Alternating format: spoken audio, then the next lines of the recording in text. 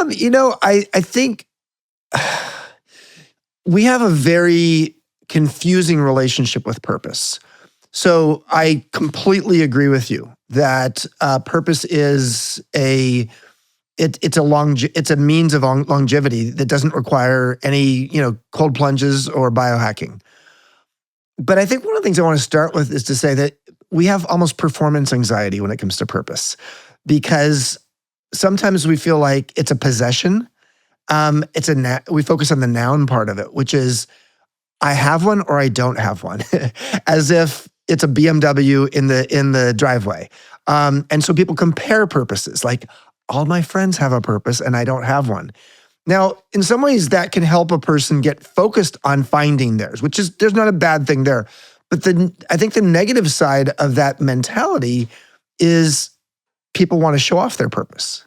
And really, to me, you can't have the noun if you don't do the verb. And learning how to be purposeful is the step, or maybe the breadcrumbs that take you to purpose. And so the real question we all need to ask ourselves is, at what things in my life do I feel purposeful? Because that action, as opposed to the possession, helps you. And at MEA, the Modern Elder Academy, we have this shortcut for pathways to purpose. And it's either something that excites you, something that agitates you. I love that one. And in fact, that's why Reed Hastings created Netflix because of that, because he hated the late fees at Blockbuster Video.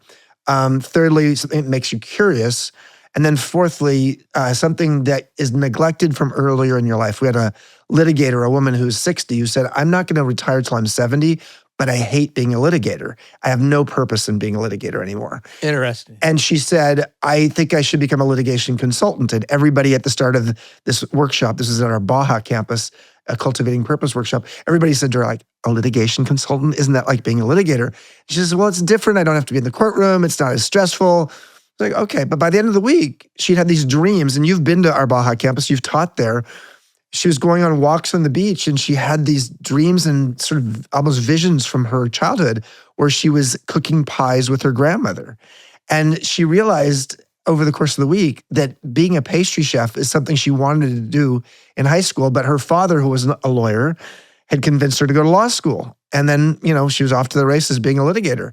By the end of the week, she realized, my purpose today, my sense of purposefulness, is having friends over for a meal and having them stay for dessert. And I'm going to go and learn how to become a pastry chef. Make them have it. So I think long story short is, I think number one is we have to be careful about having purpose be a possession and have it be an action.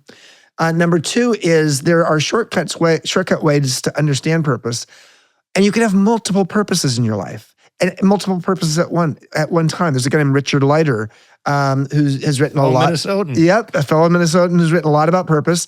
And he talks about big P and small p purpose. And he's also an MEA faculty member. And big P purpose tends to be the thing that you have on a resume. And small p purpose is the thing they say at your eulogy. And it often has to do with it's the purposefulness around being a human. I love that. And so I think that's a lot. All right, if you're looking for your next actionable step to stop wishing and start doing, go ahead and click the video on your screen right now. And if you haven't already, please hit that subscribe button so you can keep getting the practical advice you need to live longer and better. It'd be a huge favor to me. And we'll see you in the next episode. I guarantee you'll like it even better than the one you just saw.